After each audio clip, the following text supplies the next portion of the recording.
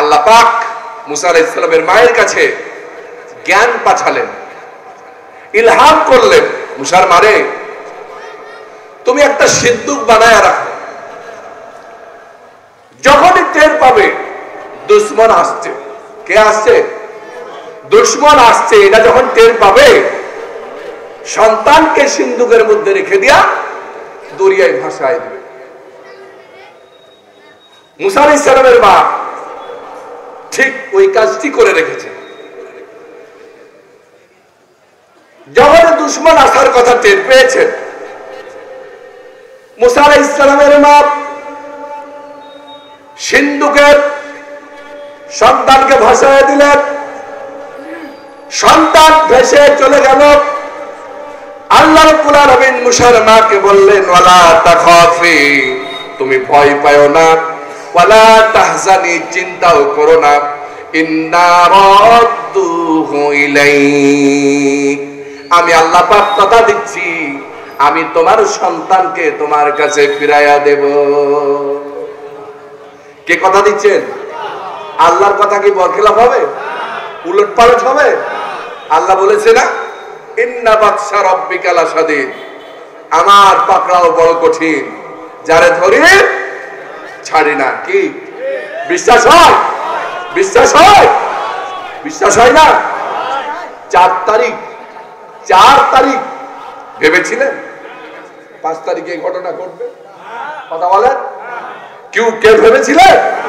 এখানে যারা বসে আছেন, আজকে আমরা বক্তব্য দিচ্ছি, কেউ ভাবি নাই, স্বপ্নেও দেখে নাই, কল্পনাও করি নাই যে 5 তারিখে এরকম একটা ঘটনা ঘটে যাবে।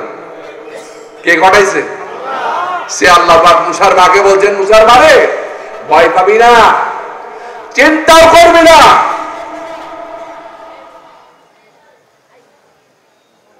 ফিরআউন বড় বড় বক্তব্য দিত, আমরা পালাই না। কি পালাই না? প্রয়োজনে ফখরুল সাহেবের বাড়িতে যাব। কি আছে? আছে আছে এই বক্তব্য একদিন থাকবে না? থাকবে? থাকবে। যারা আমাদের পালাই না তারাই আগে পালাবে। ফেরাউন ঠেকাবে। আল্লাহ বলছেন, মুসার মা তুই ভয় পাবি না, আমি তোর সন্তানকে তোর কাছে ফিরাইয়া দেব, অবশ্যই ফিরাইয়া দেব। আর এই ফিরানোর মালিক আল্লাহ পাক। মুসা আলাইহিস সালাম দরিয়ায় ভেসে গেল। মুসার মা মুসার বোনকে বলছে, ওয়াকালাত লিউখতিহি কুসি ফাবাশুরাত বিহি আন জুনুবি ওয়া হুম লা ইয়াশউরুন। মুসার মা মুসার বোনকে বলছে, তুমি যাও, আমার সন্তান দরিয়ায় ভেসে গেল, তুমি ফলো করো, অনুসরণ করো এই সিন্দুককে, কিন্তু দুশমন যেন টের না পায়, দুশমন যেন টের না পায়। মুসার বোন চলে যাচ্ছে দেখতে দেখতে। এবার এই সিন্দুক যখন ফেরাউনের বাড়ির সামনে হাজির, ফেরাউনের লোক লস্কর এই সিন্দুককে কি করেছেন? এই সিন্দুককে তারা উঠায় নিয়ে গেছে কোথায়? বাড়িতে। সবাই ধারণা করেছে সোনা আছে, দানা আছে, টাকা আছে, পয়সা আছে, মনি আছে, মুক্তা আছে, অনেক দামি জিনিস সেখানে আছে। সবাই আনন্দে আটখানা হয়ে যাচ্ছে, না জানি কি আছে এর মধ্যে। আল্লাহ রাব্বুল আলামিন বলেন, আনন্দিত হওয়ার কোনো কারণ নাই, চিন্তিত হওয়ার কোনো কারণ নাই। আল্লাহ বলেছেন, ফালতাকাতাহু আলু ফিরআউনা লিয়াকুনা লাহুম আদুওয়া ওয়া হাযানা। খালি সিন্দুকটা খুলে দেখ, সিন্দুকটা খুলে দেখ, এই সিন্দুকে যা আছে তা হচ্ছে তোদের জীবনের চূড়ান্ত দুশ্মন এবং হাজানা, তোদের চিন্তার পেরেশানির কারণ। বিগত সরকারের পেরেশানির কারণ ছিল জামাত আর বিএনপি। কথা বলেন ঠিক না? ঠিক। যেখানে মিছিল সেখানেই বাধা, যেখানে সমাবেশ সেখানে 144 ধারা জারি, যেখানে মাহফিল সেখানে 144 ধারা জারি। আর শুধু ফায়ার। কার টাকা দিয়া? আমার রক্তের টাকা দিয়া বুলেট কিনা, সেই বুলেট দিয়া আমার বাংলাদেশের জনগণের বুককে ঝাঁঝরা করে দেওয়া হয়েছে। প্রিয় উপস্থিতি, সিন্ধুক খুলে দেখ, দেখ খুলে। আল্লাহ বলছেন এটা হবে তোর চিন্তার এবং পেরেশানির কারণ। এবার সিন্ধুক খোলা হলো।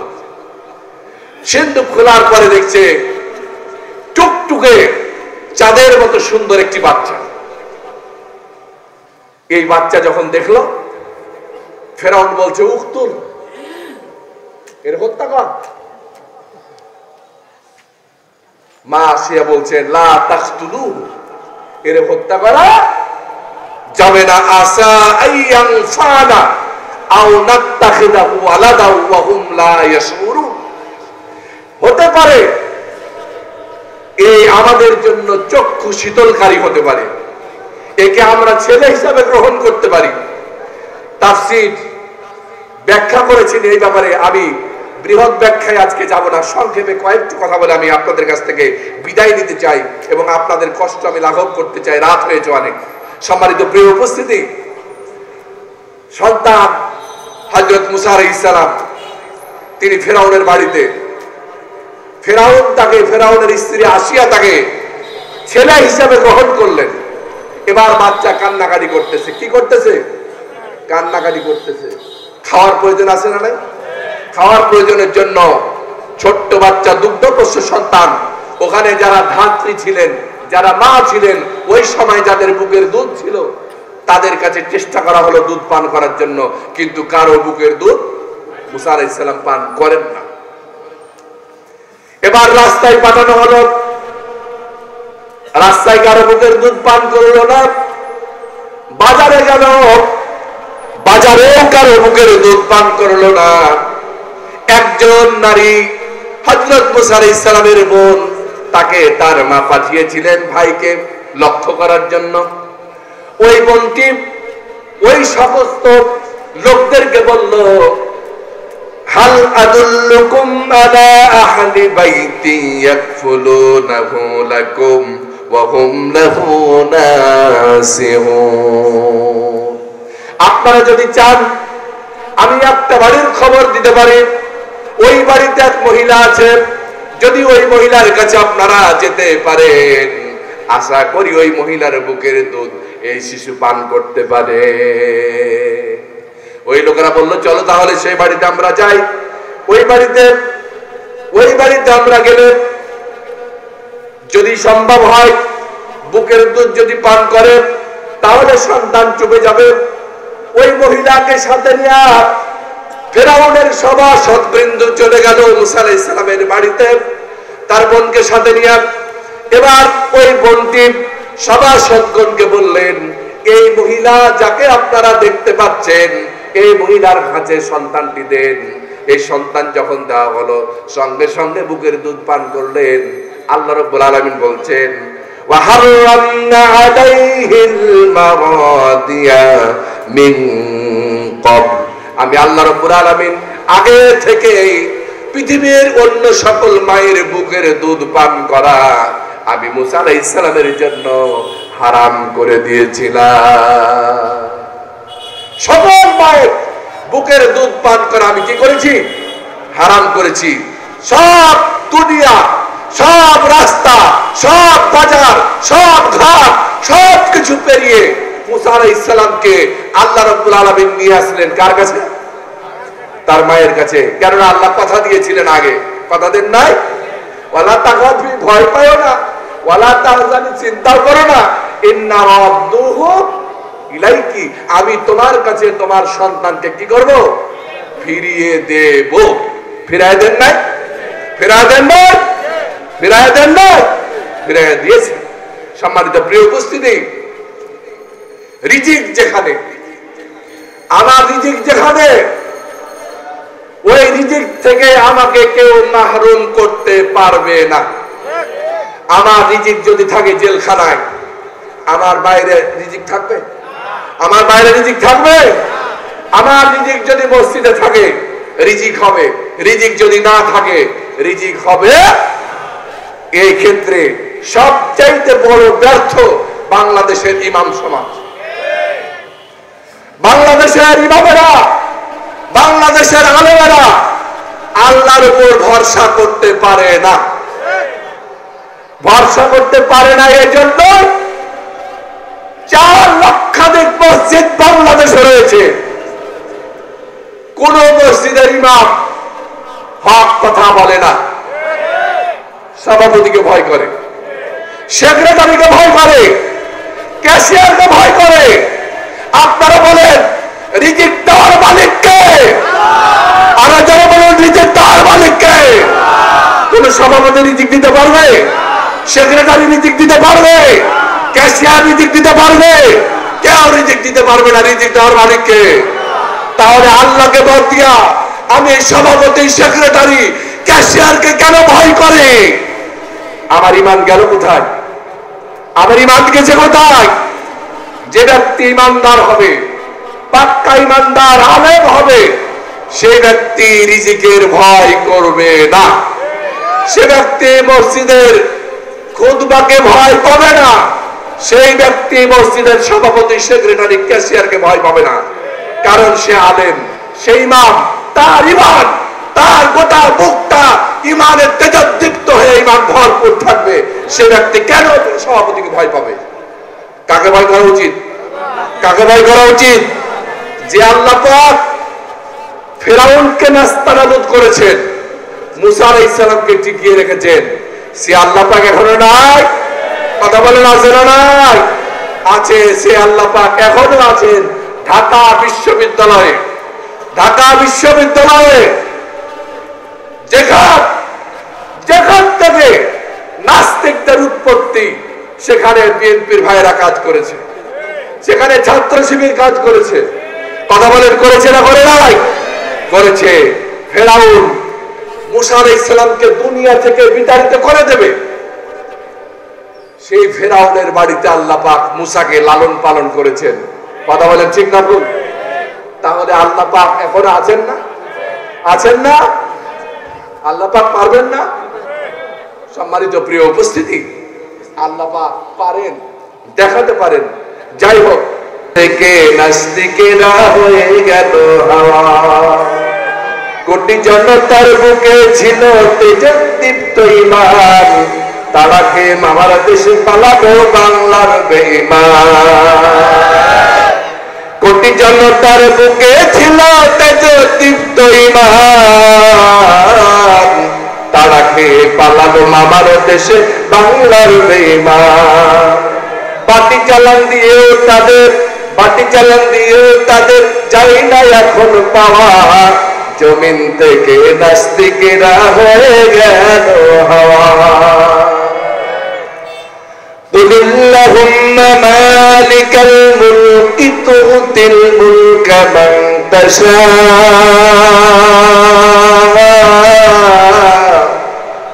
ওয়া তুইজ্জু মান তাশা ওয়া তুদিল্লু মান তাশা।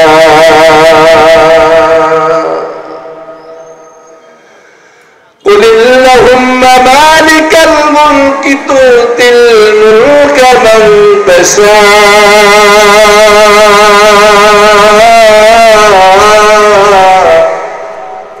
وتعز من تشاء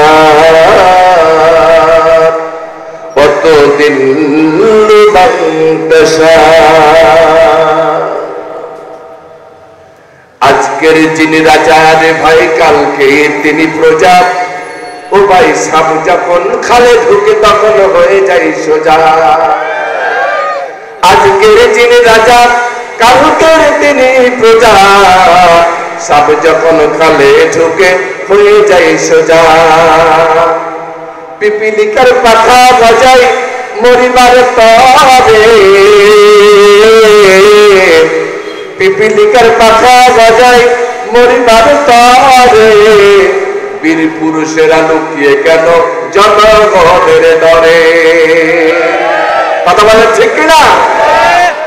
পিপিলিকার পাখা বাজাই মরিবার তরে, বীর পুরুষেরা যারা বড় বড় বক্তব্য দিত তারা আজকে কোথায়? পিপিলিকার পাখা গজায় মরিবার তরে, বীর পুরুষেরা লুকিয়ে গেল জনগণের দরে। দম্ভ করে বলেছিল কাকু, পালাইলা পালাবো না, কেন পালাইলা বাবু, কোথায় তোমার কাদের কাওয়া, জমিন থেকে নাস্তিকেরা হয়ে গেল হাওয়া। কথা বলে ঠিক কিনা? সম্মানিত প্রিয় উপস্থিতি, হাওয়া হয়ে যাবে যারা কোরআনের বিরোধিতা করবে, ইসলামের বিরোধিতা করবে, হাওয়া হয়ে যাবে, দুনিয়া থেকে হারিয়ে যাবে। জীবন, এই পৃথিবীতে আমরা এসেছি, আমরা এখান থেকে বিদায় নেব। আমাদের ঈমান যদি আমরা বিক্রয় করে থাকি আল্লাহর কাছে, আমাদের জীবন যদি আমরা বিক্রয় করে থাকি আল্লাহর কাছে, জান যদি বিক্রয় করে থাকি আল্লাহর কাছে থাকে, মাল যদি বিক্রয় করে থাকি আল্লাহর কাছে, আমাদের জান মালের খরচ করার কোনো ইচ্ছা, কোনো ইখতিয়ার আমাদের হাতে নাই। কার হাতে? কার হাতে? হযরত মুসআব বিন উমাইর রাদিয়াল্লাহু তাআলা আনহু, তিনি ছিলেন পিতামাতার একমাত্র আদরের সন্তান। ওই সময়ে, ওই যুগে হযরত মুসআবের চাইতে উত্তম পোশাক আর কেউ পরিধান করত না, উত্তম পোশাক আর কেউ পরত না, উত্তম সুগন্ধি আর কেউ ব্যবহার করত না। যখন রাসূল কারীম সাল্লাল্লাহু আলাইহি ওয়াসাল্লাম কোরআনের দাওয়াত মক্কার ভূমিতে প্রচার করছিলেন, তখন মক্কার অলিতে গলিতে কাউকে নিয়ে আলোচনা ছিল না, চারিদিকে আলোচনা রাসূলের ইসলাম ধর্ম আর কোরআন নিয়ে, আর কাউকে নিয়ে আলোচনা হতো না। এই খবর যখন মুসআবের কানে পৌঁছলো, হযরত মুসআব রাদিয়াল্লাহু তাআলা আনহু রাসূল কারীম সাল্লাল্লাহু আলাইহি ওয়াসাল্লামকে খুঁজতে লাগলেন। হযরত মুসআব খুঁজতে খুঁজতে খবর পেলেন মুহাম্মদুর রাসূলুল্লাহ সাল্লাল্লাহু আলাইহি ওয়াসাল্লাম পাহাড়ের পাদদেশে হযরত আরকাম রাদিয়াল্লাহু তাআলা আনহুর বাড়িতে অবস্থান করতেন। ওই আরকাম রাদিয়াল্লাহু তাআলা আনহুর বাড়ি, তার নাম ছিল দারুল আরকাম, যেখানে ইসলাম শিক্ষা দেওয়া হতো, কোরআন শিক্ষা দেওয়া হতো, কোরআনের দাস দেওয়া হতো, ঈমান শিক্ষা দেওয়া হতো। হযরত মুসআব বিন উমাইর রাদিয়াল্লাহু তাআলা আনহু দারুল আরকামে চলে গেলেন, নবীজির সঙ্গে দেখা করলেন। নবীজির কণ্ঠ থেকে কোরআনুল কারীম শ্রবণ করতে লাগলেন। কোরআন শ্রবণ করতে করতে হযরত মুসআব রাদিয়াল্লাহু তাআলা আনহু পাগল পারা হয়ে গেলেন। শেষ পর্যন্ত তিনি ঈমান গ্রহণ করলেন। এই ঈমান গ্রহণের খবর তিনি কাউকে দেন নাই, গোপন রেখেছেন, কেউ যেন জানতে না পারে। কারণ হযরত মুসআব বিন উমাইর রাদিয়াল্লাহু তাআলা আনহুর মাতা কুনাস বিনতু মালিক খুব জাতরেল মহিলা ছিলেন এবং ধনী লোকের মেয়ে ছিলেন, তার অনেক ধন সম্পদ ছিল। সে যদি জানতে পারে মুসআব ইসলাম গ্রহণ করেছে, তাহলে মুসআবের খবর আছে। হযরত মুসআব তার ঈমান গ্রহণের কথা গোপন রেখেছেন, কাউকে তিনি ইসলাম গ্রহণের কথা জানান নাই।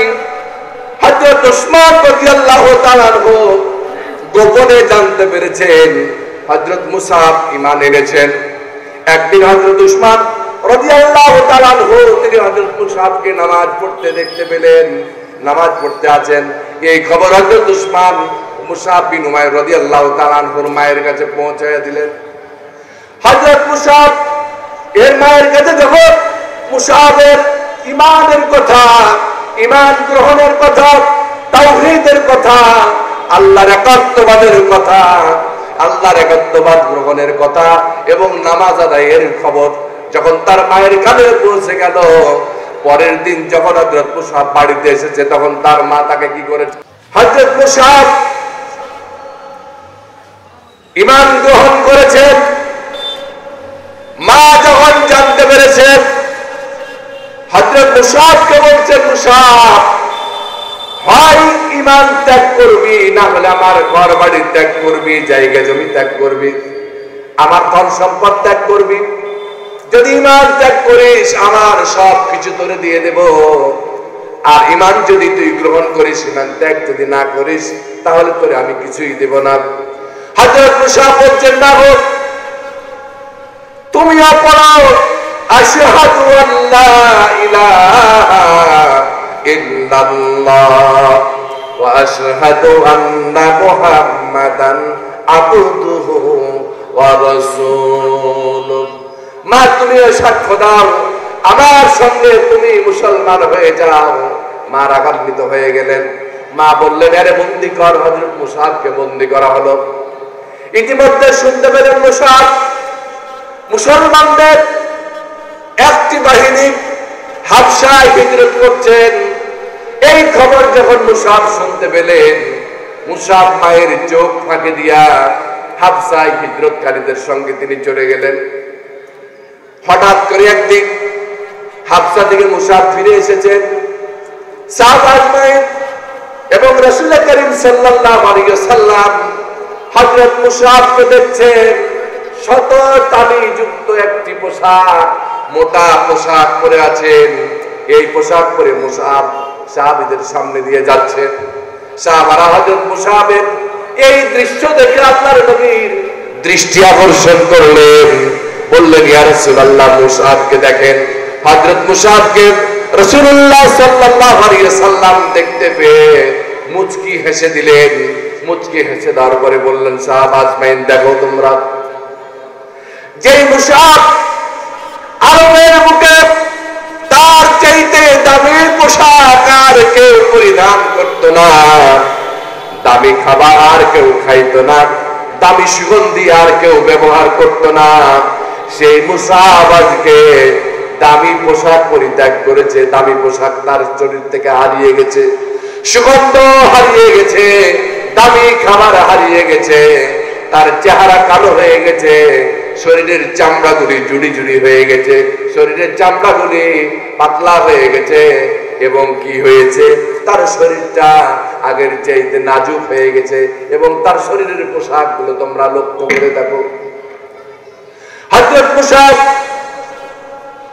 একমাত্র ইসলাম গ্রহণ করার কারণে, ঈমান আনার কারণে মুসা ঘর বাড়ি ছেড়েছে, মা বাপ ছেড়েছে, জায়গা জমি ছেড়েছে, সুগন্ধ ছেড়েছে, ভালো পোশাক ছেড়েছে, ভালো কাপড় ছেড়ে দিয়েছে। মুসাব তার এমন জীবন গ্রহণ করেছে, এই জীবনে মনে হবে যে মুসাবের কিছুই নাই, কিন্তু মুসাবের অন্তরটি এখন আল্লাহর তাওহীদের আলোয় আলোকিত হয়ে গেছে। সম্মানিত উপস্থিতি, প্রিয় ঠাকুরগাঁওবাসী,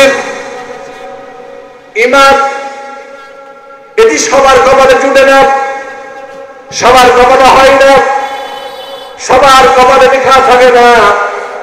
আল্লাহ রাব্বুল আলামিন ঈমানের আলো দিয়ে যাকে ভরপুর করতে চান, কেবল সে ঈমানের স্বাদ পাইতে পারে। সবাই তো ঈমানের স্বাদ পাইতে পারে না।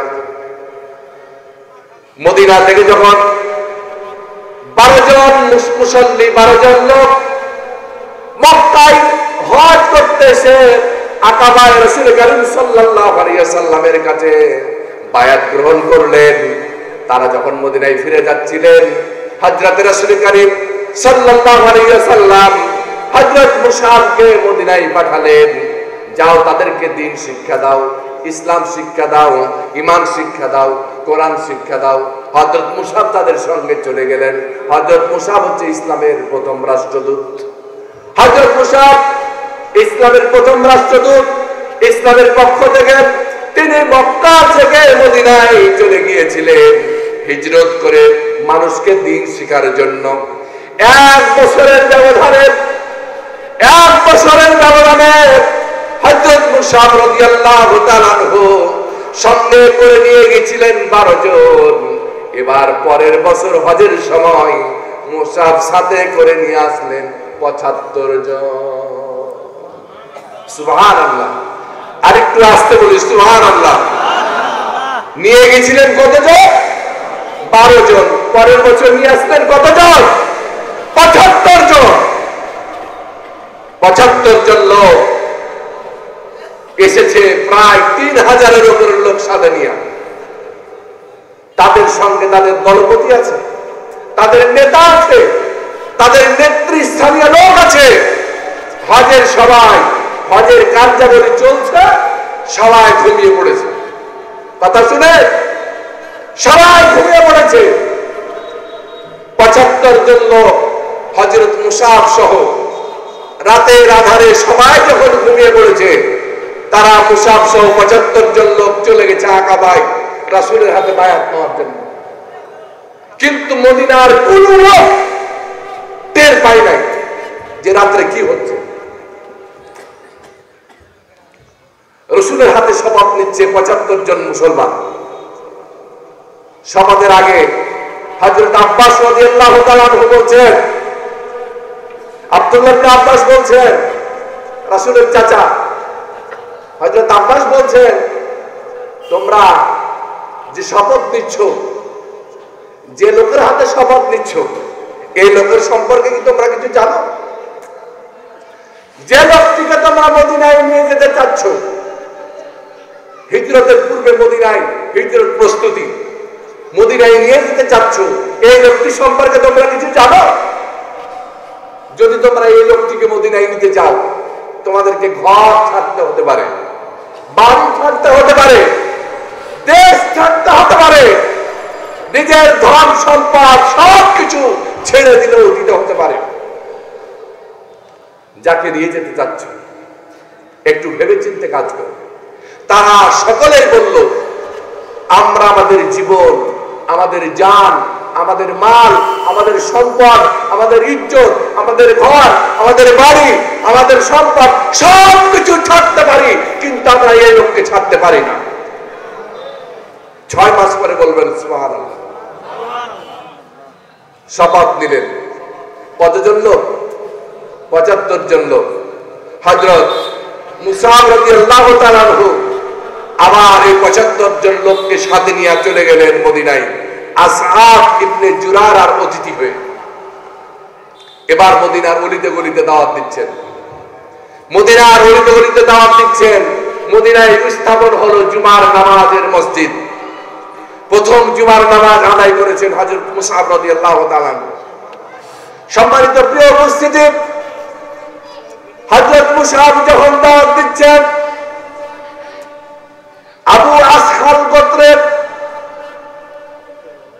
উসাইদ ইবনে হুদাইর এই খবর যখন তিনি পেলেন, মুসাব দাওয়াত দিচ্ছেন এই এলাকায়, তিনি ক্ষিপ্ত হয়ে তরবারি নিয়ে মুসাবের আগে এগিয়ে আসলেন, মুসাবের কাছে আসলেন। হযরত আসআদ ইবনে জুরারা ভয় পেয়ে গেলেন, না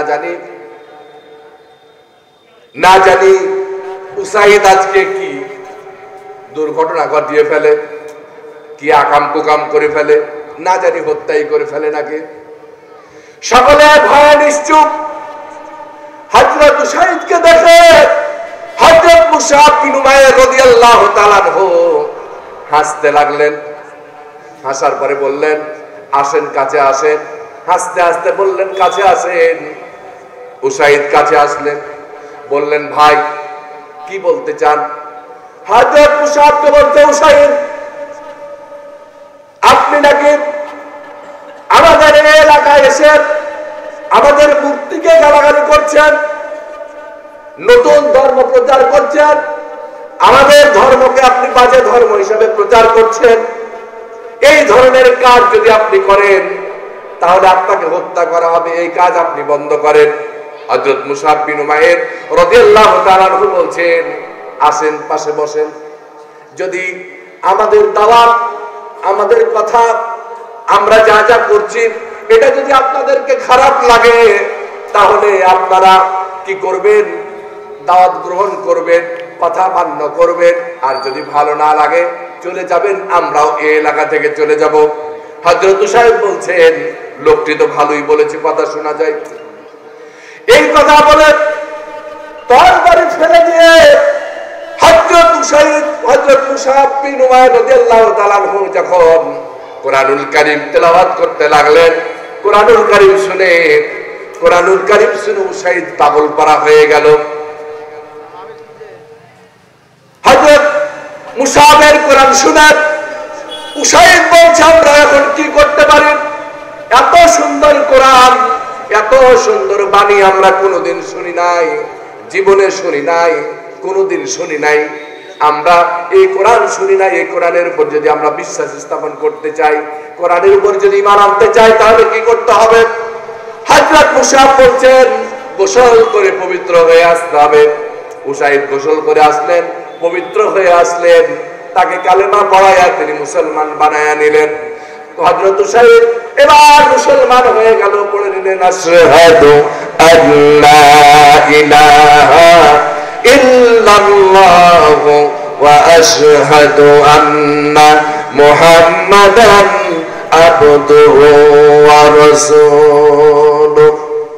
এই ইসলামের জন্য হযরত মুসআব বিন উমাইর মা ছেড়েছেন, বাপ ছেড়েছেন, ঘর ছেড়েছেন, বাড়ি ছেড়েছেন, জায়গা জমি ছেড়েছেন, সুন্দর পোশাক ছেড়েছেন, সুন্দর খাবার ছেড়েছেন, সুন্দর সুগন্ধ ছেড়েছেন, নিজের মাতৃভূমি মক্কা ছেড়েছেন, চলে গেছেন মদিনায়। এবার মাল সব দিয়ে দিয়েছেন, দেওয়ার বাকি আছে জানটা। যখন বদরের যুদ্ধ হলো, মুসলমানেরা বিজয় লাভ করলেন, কাফেরদের মনে জ্বালা যন্ত্রণা বেড়ে গেল। এবার ওদের যুদ্ধে হযরত মুসআব ইবনে উমাইর রাদিয়াল্লাহু তাআলা আনহু যুদ্ধের ময়দানে গেছেন। রাসূল কারীম সাল্লাল্লাহু আলাইহি ওয়াসাল্লাম হযরত মুসআব বিন উমাইরকে ঝান্ডা ধরার দায়িত্ব দিলেন। হযরত মুসআব ইসলামের ঝান্ডা, তাওহীদের ঝান্ডা হাতে ধরে আছেন। কাফেরদের উপর মুসলমানেরা এমন আক্রমণ করেছে, কাফেররা ছিন্ন ভিন্ন হয়ে এদিক ওদিক পালিয়ে গেছে। কিন্তু আল্লাহর নবী যে তীরন্দাজ বাহিনীকে দাওয়াত দিয়েছিলেন এবং দায়িত্ব দিয়েছিলেন, তোমরা এই রাস্তাতে থাকবে, এই জায়গায় থাকবে, এখান থেকে নড়াচড়া করবে না। হযরত রাসূল কারীম সাল্লাল্লাহু আলাইহি ওয়াসাল্লামের কথা সাহাবারা রাখতে রাখতে এক পর্যায়ে যখন তারা গনিমতের মাল সংগ্রহ করতে লাগলো, হঠাৎ করে কাফেররা, মুশরিকরা মুসলমানদের উপর আক্রমণ করে বসলো। এই আক্রমণের এক পর্যায়ে হযরত মুসআব বিন উমাইর রাদিয়াল্লাহু তাআলা আনহু তিনি সব সময় খেয়াল রেখেছিলেন রাসূলের দিকে, কি করে রাসূলকে হেফাজত করা যাবে, কি করে রাসূলকে মুশরিকদের হাত থেকে বাঁচানো যাবে। রাসূলকে দুনিয়ায় যদি তাওহীদকে বাঁচিয়ে রাখতে হয়, ইসলামকে বাঁচিয়ে রাখতে হয়, রাসূলকে টিকিয়ে রাখতে হবে, রাসূলকে কাউকে আঘাত করতে দেওয়া যাবে না। হযরত মুসআব তরবারি হাতে নিয়ে এবং ইসলামের ঝান্ডা হাতে নিয়ে চিৎকার করতে লাগলেন। কিন্তু মুশরিকদের টার্গেট কয়টা? একটা টার্গেট, রাসূলকে হত্যা করা। কিন্তু হযরত মুসআব চিৎকার করতে লাগলেন, এমন চিৎকার করতে লাগলেন, দৃষ্টি আকর্ষণ করতে লাগলেন মুশরিকদেরকে তার দিকে, যেন মুশরিকরা তার দিকে আসে, রাসূলের দিকে না যায়। এমন অবস্থায় ওয়াশারহি ইবনে কামিয়াব তার তরবারি দিয়া হযরত মুসআবের ডান হাতে আঘাত করলেন। ডান হাতে পড়ে গেল, বাম হাতে ইসলামের ঝান্ডা ধরলেন। এবার বাম হাতে তরবারির আঘাত করলেন, বাম হাত থেকে কি হলো, বাম হাত তার দেহ থেকে পড়ে গেল। হযরত মুসআব মাটি থেকে দুই বাহু দিয়া তরবারিকে উঁচু করে ধরলেন। এবার কাফিররা বর্ষার আঘাত দিয়া হযরত মুসআবকে দুনিয়া থেকে বিদায় করে দিলেন। একটি মাত্র কারণ, মুসআব পড়েছিল লা ইলাহা ইল্লাল্লাহ। এই কালেমার দাওয়াত গ্রহণ করার কারণে নিজের জান, নিজের মাল আল্লাহর কাছে বিক্রয় করার কারণে তার সব কিছুকে তিনি শেষ করে দিয়েছেন। ঘর বাড়ি, জায়গা জমি, বসত সবকিছু ত্যাগ করেছেন, দেশ ত্যাগ করেছেন, শেষ পর্যন্ত নিজের জীবনটা আল্লাহর জন্য বিলিয়ে দিলেন। এর নাম মুমিন, এর নাম মুমিন। যে ব্যক্তি ঈমানদার, তার জান এবং মাল সে কার কাছে বিক্রি করেছে? আল্লাহর কাছে। তার জান, তার মাল সে নিজের ইচ্ছায় খরচ করতে, আল্লাহ যেভাবে খরচ করতে বলেছে সেভাবে খরচ করতে হবে। 1 নাম্বার। 2 নাম্বার আমার কথা, আমি 2 নাম্বারটা বলে শেষ করে দেব 1-2 মিনিটে, এরপরে আর কথা বলবো না। আমরা যে নামাজ পড়ি, আমরা যে সালাত আদায় করি, আমাদের সালাত কবুল হয় না হয় না, এটা কি আমরা বলতে পারবো? সকলকে বলছি, ডানে বামে সামনে পিছনে যারা আছেন সকলকে বলছি, আমাদের সালাত কবুল হয় নাকি হয় না, এটা কি আমরা বলতে পারবো? কি বলতে পারবো? বলা যাবে? যাবে? বলা যাবে না। আল্লাহ কি বলছে দেখেন, ইন্নাস সালাতা তানহা আনিল ফাহশাই ওয়াল মুনকার, নিশ্চয় সালাত, নিশ্চয় নামাজ মানুষকে অন্যায় অশ্লীল পাপাচার খারাপ কাজ থেকে রক্ষা করে। কার কথা? আল্লাহর কথা। আল্লাহর কথা সত্য না মিথ্যা? সত্য না মিথ্যা? সত্য। আমরা নামাজ পড়ি, নামাজ পড়ার পরে সুদ খাই, কে আছে না নাই? নামাজ পড়ার পরে ঘুষ খাই, নামাজ পড়ার পরে জেনা করি, নামাজ পড়ি সুদ খাই, নামাজ পড়ি জেনা করি, নামাজ পড়ি ব্যভিচার করি, নামাজ পড়ি মিথ্যা কথা বলি, নামাজ পড়ি ওজনে কম দেয়, নামাজ পড়ি খাদ্যে ভেজা দেয়, নামাজ পড়ি চুরি করি, নামাজ পড়ি ভোট চুরি করি, নামাজ পড়ি জোর করে ক্ষমতায় থাকে। কথা বলেন, নামাজ পড়ে খারাপ কাজও করি। এখন আমরা বলছি আমাদের নামাজ কবুল হয় নাকি হয় না আল্লাহ ভালো জানেন। দেখেন তো, আমরা যদি ধারণা করি, সবাইকে বলছি, কথা শুনতে অসুবিধা হচ্ছে, আমরা যদি ধারণা করি যে আমাদের নামাজ কবুল হয়ে যাচ্ছে, এটা যদি ধারণা করি আমাদের নামাজ কবুল হয়ে যাচ্ছে,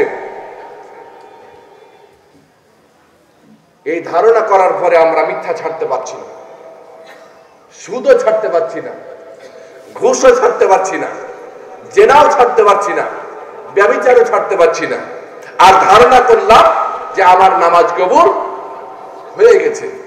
এটাই যদি সত্য হয় তাহলে আল্লাহর কোরআন মিথ্যা। কি? আমার নামাজ কবুল হয়ে গেছে আমি ধারণা করলাম, কিন্তু আমি পাপের কাজ ছাড়তে পারলাম না, এটাই যদি সত্য হয় তাহলে আল্লাহর কোরআন মিথ্যা। কি কথা বলেন? আল্লাহর কোরআন মিথ্যা? আল্লাহর কোরআন মিথ্যা? আল্লাহর কোরআন যদি মিথ্যা না হয় তাহলে এটাই সত্য, আমাদের নামাজ কবুল হচ্ছে না। যদি আমাদের নামাজ কবুল হতো, অন্যায় কাজের সাথে, পাপ কাজের সাথে, মিথ্যার সাথে, জেনার সাথে, ব্যভিচারের সাথে, অপকর্মের সাথে, গুনাহের সাথে কোন নামাজীর সম্পর্ক থাকতে পারত না। সুতরাং আমাদের নামাজ কবুল হচ্ছে না। আমাদের নামাজ কবুল হয় নাকি হয় না এটা আমরা জানি। যার নামাজ কবুল হবে তার সাথে গুনাহের কোনো সম্পর্ক থাকতে পারে না। কথা মনে থাকবে? যার নামাজ কবুল হবে তার সাথে গুনাহের কোনো সম্পর্ক থাকতে পারে না।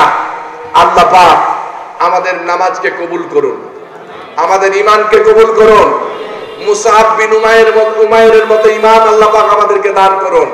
হযরত মুসা আলাইহিস সালামের মায়ের মতো ঈমান আল্লাহ পাক আমাদেরকে দান করুন। আল্লাহ পাক আজকের মাহফিলকে কবুল করুন। আল্লাহ পাক এই মাদ্রাসাকে কবুল করুন।